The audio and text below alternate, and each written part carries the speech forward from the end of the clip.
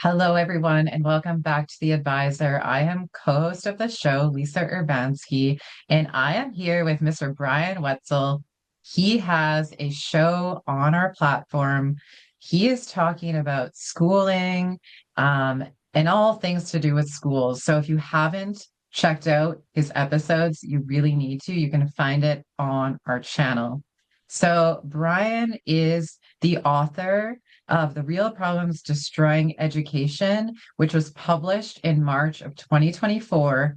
And he is Mhm. showing up to talk to all of us about just that. And today we're going to be talking about a current event, and I'll let him have the floor in a second here about the Department of Education.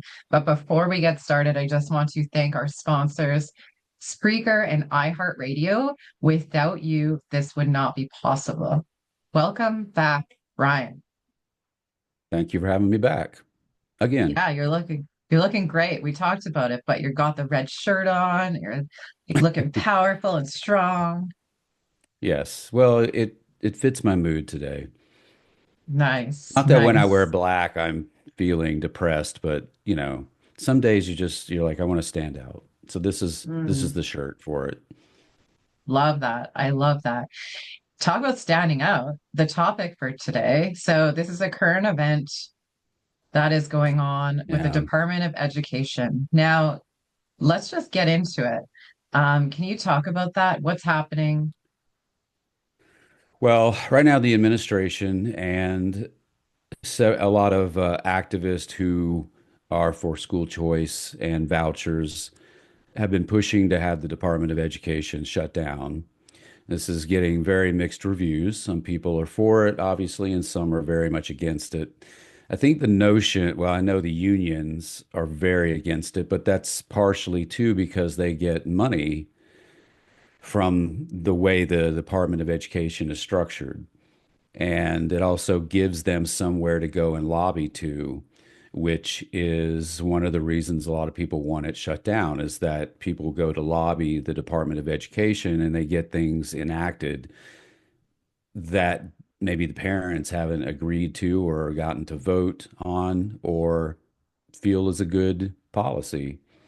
Um, and so it comes down to the question really when you could talk about the Department of Ed is if it shuts down, I get the feeling from some of the people I read on Twitter that or X that then education goes away, but that's not really the case. The Department of Education wasn't always around. Um, Really what the Department of Education at the federal level, their function is to take in tax dollars from all of the states and then redistribute it based on what they consider to be the needs. Um, that has been at times a good thing. It's been at times a bad thing. And, on occasions, particularly when some states were refusing to adapt Common Core, the Department of Education wouldn't give you your school funds because you were supposed to be adapting, their policies. Now they have said it wasn't a mandate, but if you're telling people you can't have your money, it may not be a mandate that you must do it, but you are definitely strangling a part of that state's education fund by not giving out the funds.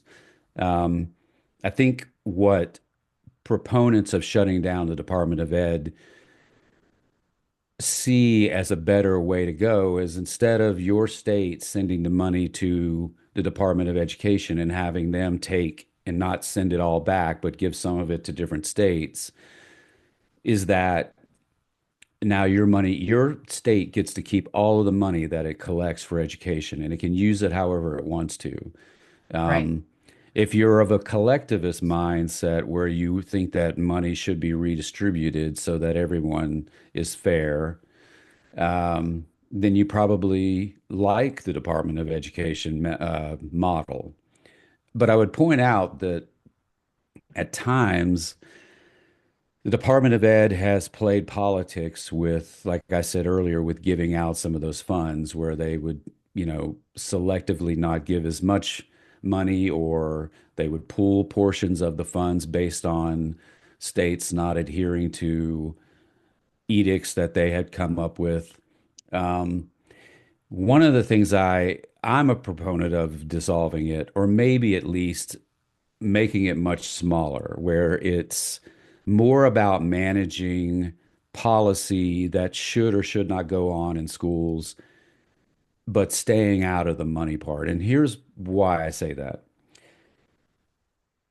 So the Department of Ed, like every other federal agency, rolls to the right or to the left based on who's in office. And because of that, a lot of times you get these wild shifts in policies. So when Trump was in the first time, we had Betsy DeVos who moved everything farther to this way. And then when Biden came in, everything went back hard this way. And if you go back even farther under Obama, under Bush, it's constantly moving like this. It's almost like at an official once tell me in Texas that it's almost a moving target. As soon as a new administration comes in, they expect to get a whole new list of demands.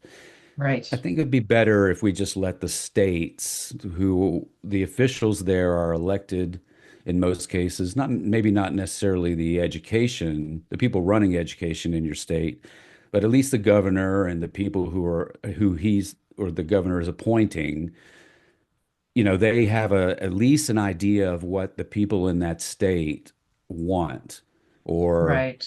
um, what kind of and it's no secret if you're in New York or California or on the West Coast in particular, things are more progressive. Things are a little Hmm. more conservative towards the middle of well, when you have the federal agency being more progressive, that means they want to force everyone in the middle of the country to be more progressive with them, and vice versa.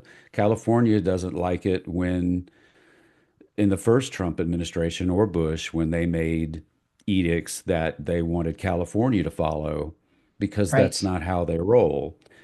I think it would be better to just let the states take their money and use it how they feel best, and if they don't use it in a good way, then those people get voted out.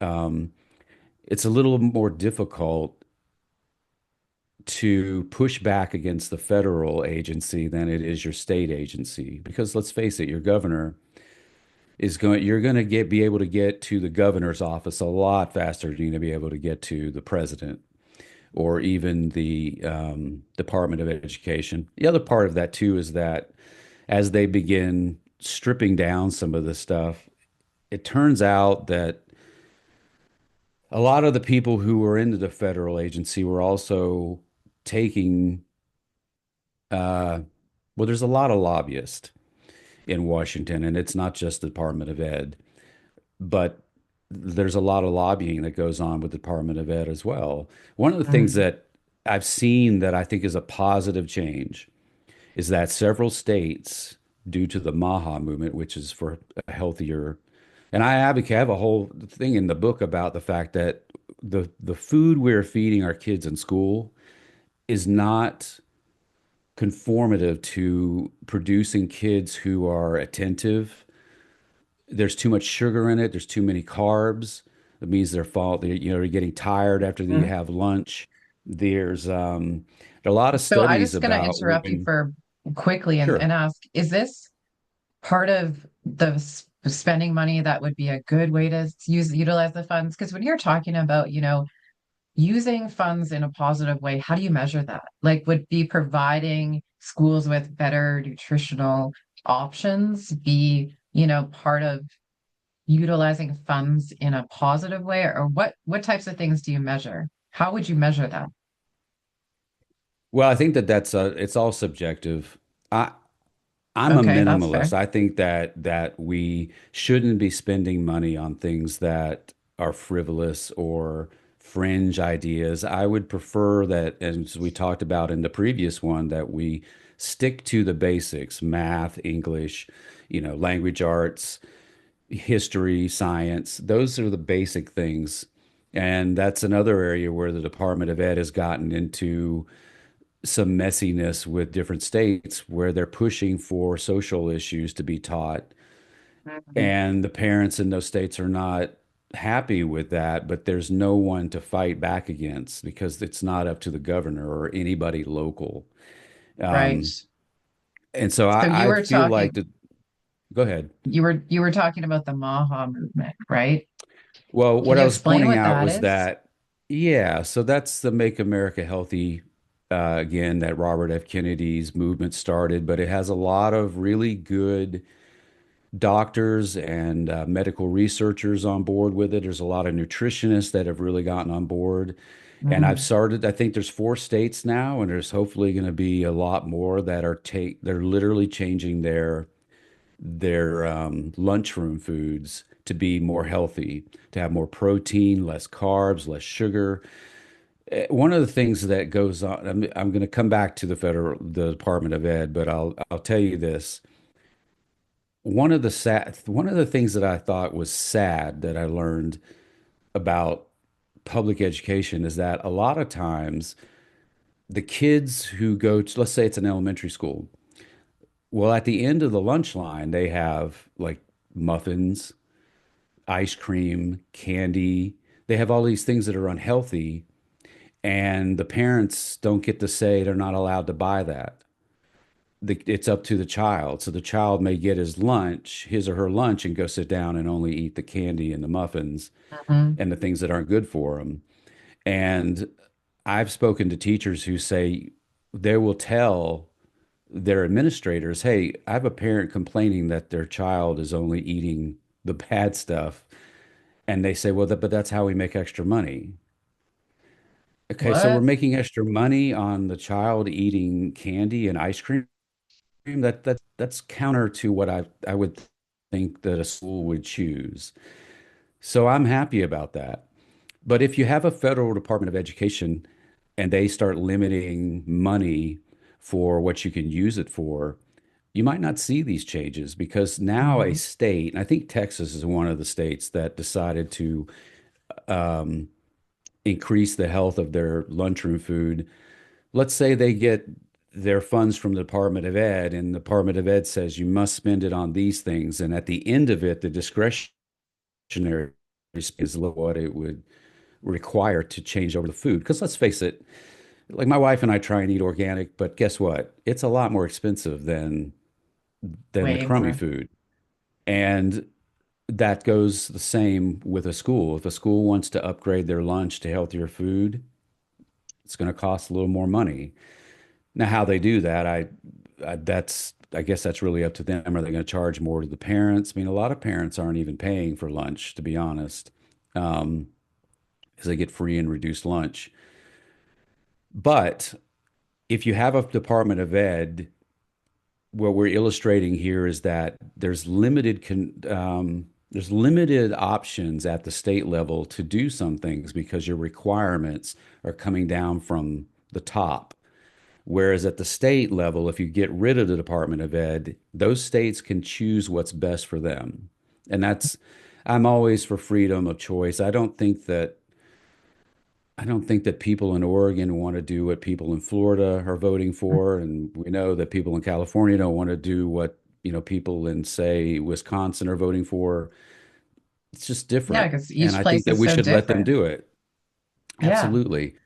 And so why try and make a one size fits all group of rules and apply it to everybody? Now, we Mm. can agree on a few things.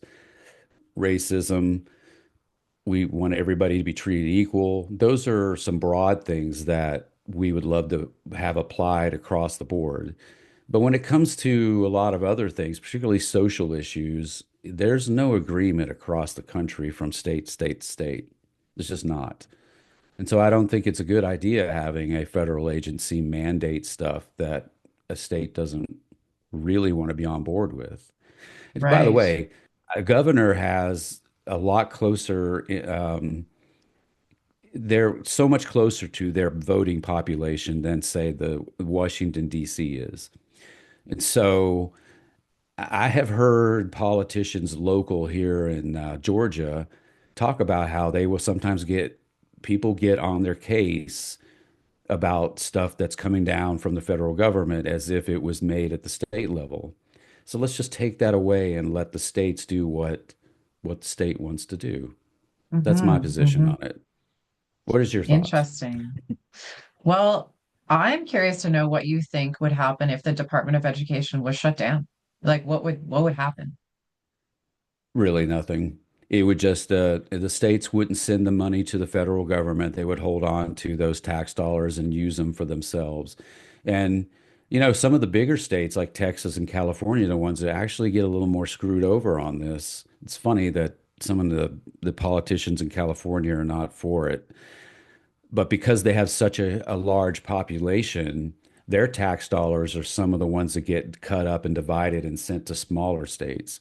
That, let's say, like Mississippi has a much smaller population. So in order to get enough money for schools in Mississippi, they have to take money from some of the bigger states. And that brings up an Interesting. issue. What does Mississippi do? Um, I don't really have an answer for that, but Hmm. I'm sure that there's a way of mitigating some of that stuff. And I feel like you have a smaller population, your expenses should also be lower. Hmm. Um, You would think, but right? I don't get to do their budgets. So, and by the way, most states, about 25% of the state budget, some states it's 30, is all for education. Like Mm, I always hear people say, well, they don't spend enough. Well, I know we spend a 25, we're spending a quarter to a third of all tax dollars in most states are going to education. right. I think it just needs to be used more wisely. I've said that on every single time we've gotten together and discussed this. Yeah. There's just they're not spending it very wisely, and I think that I almost think that a Doge type of thing, getting into some of the states and just saying, "Hey, where's all the money going?" and let's restructure how this is done would probably be beneficial in Yeah. in a lot of places. I agree with you. Like kind of starting from scratch, seeing where everything's going, seeing the impact Mhm. and then figuring out how to use it better. By the way, I will point this out. This is important. Some people will discount this, but I said earlier the Department of Ed hasn't been around forever. It's only been around, I think, 35 years. I have to look that up. It's been a while. It may have been 40. But education scores were better before then. Now, I don't think that the Department of Ed at the federal government level is the reason necessarily. But there's been a lot of tinkering with education throughout the years, and this is one of the changes that doesn't seem to have made a positive impact unless you're measuring it by social justice issues or um, I don't really know what it is. I have tried to I've looked at both sides of this argument, and I don't really see that education in most states will change much at all if they close it. It'll just, Well, instead of sending the money and having them send it back, it'll just stay at the state. right. And your wife is a teacher, right? So do you guys chat about this She stuff? What is, does she think? she's all for it. Okay. She doesn't like for me to bring her into it too much because, that gets a little tricky. You might get some people upset with her, but she's a great teacher. Um, I think that with her and her colleagues, some of the things that I write about in the book with respect to changing curriculum and Mhm. some of the behavioral stuff, those things mean more to them than something at the Department of Ed. Now, I will say this, um, all of them that I know of are on board with having better, more nutritious school lunches. And there's I think four really good studies long term about the fact that when kids eat carbs and sugar for about an hour, hour and a half afterwards, your ability to remember what you're learning drops Hmm. significantly because your glucose level spikes and your brain is going, everything is working at double time, and then you get tired. And Yes. so it would be better if we just try and avoid those things. It's funny too, because I just happened to mention this once to an administrator, and he looked at me like I was nuts. And I said, well, school's about educating. I want the teachers working hard to educate them. And if you're giving them stuff that limits their ability to learn, doesn't that seem counterproductive? And he didn't really have an Counterproductive. Yeah. answer. Wow. Yeah, your I think stomach it's is just like one your of those things that's second brain. always been, and they just don't think about it outside of that. Yeah, that's a good point. Almost like there needs to be a fresh perspective, a modernized way of Mhm. kind of controlling this, utilizing money the modern way, because we know so much more about these things now than we used to, right? We know that what we put in our body is directly impacting our brains and Yeah, how we learn. And absolutely. to teach kids that at a young Yeah. age, like I would have loved to have been taught that stuff. It would have Well, benefited what's me funny so about much. that always cracks me up. I think I even wrote about this in the book, but then I took it out. But it makes me laugh because most of these kids go to health class where they're taught how to eat healthy, and then they go Mm, to lunch, and it's nothing like what they were told is the best hmm. food to eat Eat the rainbow. I to remember being told to eat the rainbow in health class. right, right, right. Well, sadly now too, we learned that's come out in the past couple years that the food pyramid was paid for by several food companies. Mm, I didn't know interesting. that. For all our life. We heard about the food pyramid, but as it turns out, you should flip it upside down. That's the more healthy way to Mm, eat. interesting. Is that the fruit and Yeah. vegetables first? Is that what that means? Yeah. You really meat, fruits, vegetables, things that's how my wife and I eat. We eat what we call farm to table. So in other words, Hmm. if it grows from the ground or on a tree and something that's living eats it, we can have those. But if it has to go through two or three processes to get on my plate, it's probably not a good thing. Yeah. And we need to teach our kids that. I love what you're saying there. That makes so much We sense. do. I always tell you too, you teach them. I always say this to people. They say, well, my kids don't listen. You know what? My kids are in their 20s, except for one of them. And I will hear them talking to me. And like my daughter has a 2.5 year old. She's repeating things that I used to say to her. She doesn't even know Mm, it. And yeah. it'll make me laugh. So I always tell people they're It's like listening. parroting. Yep. It's soaking in. You just have to say it a lot because maybe only 3% each time gets in. This means Yep. you got to keep saying it and saying it. But I'm starting to hear them repeat some of my mantras back to me. And Hmm. that makes me happy Hmm. because it Yeah. means that I didn't waste my time all those years. Yeah. And how powerful would it be for the schools to, have such a positive impact? And, a lot of the things you talk about in your book and just changing the school system would be so, so impactful for our kids. Do you want to talk about your book? Let's talk about your book. What does your book cover? Okay. Just give everyone like a quick overview. Where do they find it? What does it cover? What are people going to learn when they read your book? Well, the book is on all the major bookstores from Amazon to Barnes and Noble, Apple, iBooks. You can get it in audiobook, print, or ebook. If you're on Spotify as a premium member, you can listen to it on the Find Away Voices. The book is, as I've told in the past, I had started with some other friends and investors. We had started a company that made educational resources, and during all that time of meeting with probably over 1,000 teachers, doing many speeches and meeting with principals and district administrators, a lot of the stuff I heard and learned just really bothered me in a way. It was alarming in some cases, and in other times, I always tell people this. This is how you can sort of know how this went down. I thought when I got involved in education that some of the weird decisions that I would see or criticize that would make sense. Got to peek behind the curtain and you go, oh, I see. That makes total sense. But Right. actually, it made less. And I just thought like some of this stuff doesn't make any sense. And when you would talk to the teachers, to the school administrator, to the district administrators, nobody seemed to be in sync with why these decisions were being made. Everyone had their own little, you know, tribe of people who made this decision, and then these people have to follow it, and these people down here are unhappy because they're following stuff that the people who made the decision didn't have any real experience to make. And I saw a lot of teachers quitting.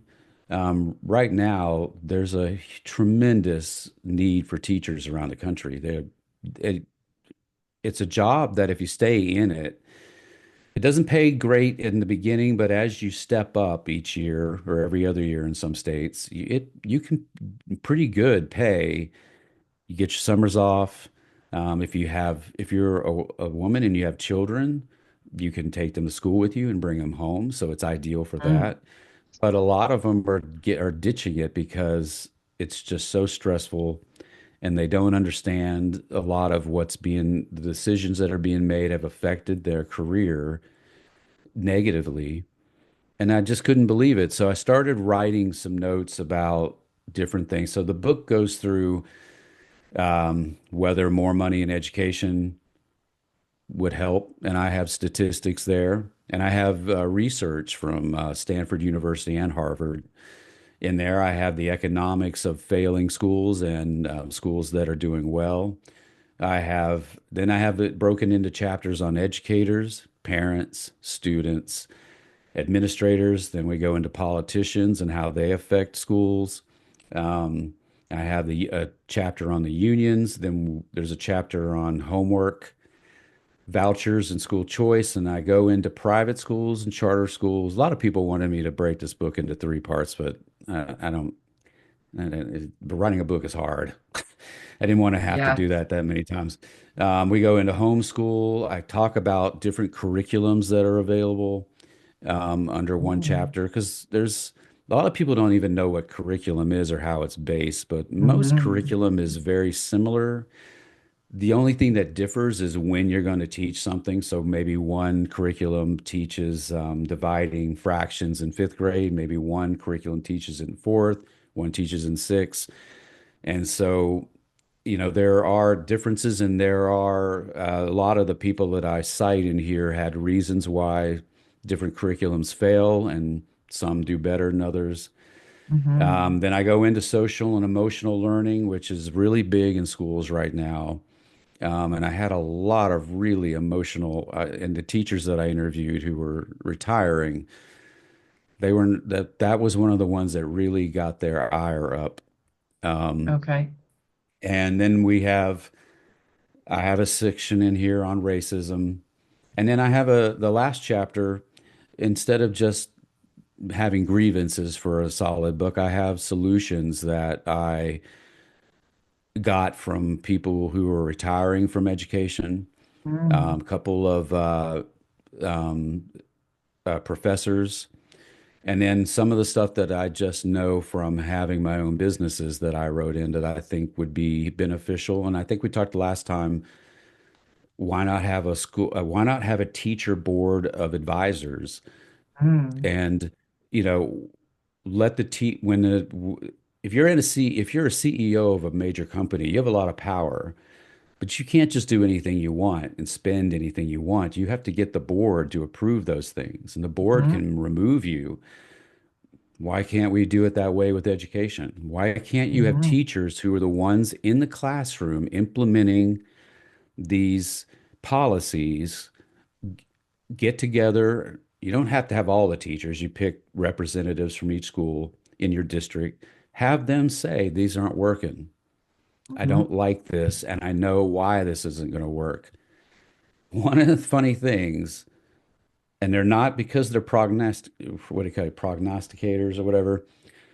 Every time something was changing in education and I would start an interview, it was going to say take effect the following year. Every time I would talk to a teacher, they'd go, well, it's going to happen. And every time they were right because they're at the ground level working with the students, and then they get the right. parents' complaints. and they know how it's going to go when they bring it to administration. Why aren't Yeah, we they're the just listening frontline to them to workers. begin with? Right. Let's just listen to them to begin with. I So you think that cover that would all make of a these lot of sense. topics, right? You cover all of these It's a topics long and book. more in your book. It, Wow, what a it's a wealth long of book. information. Yeah, That's it's a long book. amazing. But like I said, I didn't Amazing. break it into three parts. I wanted it all to be there so that you're sort of taking the journey from how we started out and how we arrived at the end. I love that. So why don't you leave? We're running out of time here, and I want you Mhm. to leave our viewers and our listeners with one really strong thing from today's episode. What would you like to translate? What would you like people to know? What does Bryan Wetzel want to leave everybody with today? Well, I've left you with this before, but we'll expand on this a little bit. But one of the things is that there's a lot of great research about staying involved with your child's education. As I said before, don't wait until you find out there's problems to get involved because now you're playing from behind. Just stay up to date. If you knew how many times I hear a teacher tell me that they have students that the parents don't even go through their work that's in their folder for an entire school year, that's Mhm. sad. And there's a lot of benefit to doing it. You can ask your child, why did you get a low grade on this? Why did you do poorly on this? You Mhm. might find out something that you need to take care of that you can address now while it's early. It's a lot harder to fix, for particularly when you're talking about, say, uh, what do you call learning disabilities? It's a lot easier to deal with those early on than it is to try as they get older. Mhm. Um, so you want to stay involved. Find out what the teacher is saying. The second thing I would I want everyone to know is that your teacher is not picking on your child. Let's dispel that right away. There's too much paperwork involved in having to do discipline these days. And most teachers are really not picking on, if your child is being picked on, I'm just going to say it, you need to take a look at what's going on with Mhm. your child. Maybe they're acting out for a reason, but to just point out that my child says they didn't do it, that drives teachers crazy because, Mm. they're in Yeah, the class with them all day and they wouldn't be sending home a note about something if it wasn't important. They just wouldn't. impactful. Hmm. And so that's another reason I tell people is stay involved with what's going on at school and don't always believe your child. I don't know how we got to this point where parents believe the child over the adult, but when I was a kid, if I came home with and I did more than once, note from the teacher, I got asked, what did I do? And if I always said I didn't do it. But my Of parents course. they were onto that. They would say, "So she's just picking on you?" And yeah, they didn't Mm-hmm. believe me. And so I would have to defend why I got in trouble. And I got spanked. I got paddled once in middle school. And I got in trouble for talking back to the teacher and then talking over her. So the vice principal sent a note home to my parents asking for permission to spank me the next day. I got in Oh, trouble at wow. home and then they signed off on it. So I got spanked at school. They don't do that anymore, but you know what? I shut my mouth for a long No doubt. time. Yes. And, I'm not going to get into whether we should be spanking again. We probably shouldn't. That gets too into some areas where we probably don't want to get into with strangers spanking your child. But I do think that behavior in the schools, every single teacher I spoke to, I mean, all of them, 100%, who have been teaching more than 10 or 15 years, have said that it has gotten worse and worse and worse and worse. And as we spoke on the last, if there's a way to fix that, you could solve a lot of problems in education. And I Yeah. think it's just So, a matter of dealing with it.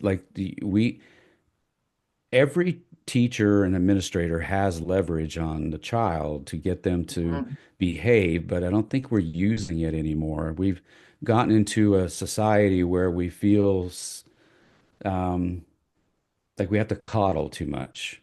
There's a Mhm. great book by Jonathan, is it Jonathan Hyatt, called The Coddling of the American Mind, and Mhm. it's he's a professor at a college, and he chronicles how kids coming into college are not as mentally strong anymore. They can't take as much criticism.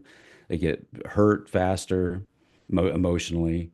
And, you know, I think it all starts at the elementary, middle, and high school level. Yeah, I like that. So I think the number one tip I'm hearing from you is just like we need to pay more attention. We need to understand that things just don't happen for no reason. If there's issues, the Right. teacher's going to know about it. They're going to try and, send that home to the parent to ask them to, Right. pay attention. Um, and you're such a wealth of information. That's all the time we have for today. But I really am excited to bring you back on because our listeners are going to want to hear what you have to say next time. I can't wait. I got a Awesome. whole list. Amazing. Yes, you're such a wealth of information. And yeah, we can get into the next time, about how involved, parents really should be and the impact of that on kids in Mhm. the system. I know we were going to talk about that, but it's been such a pleasure. Thank you so much for being here today. Absolutely. Thanks for having me again. Awesome. I'm Lisa Urbanski with The Advisor. Thanks for tuning in and make sure you come back to listen to more of what Bryan has to say about the school system. Bye for now.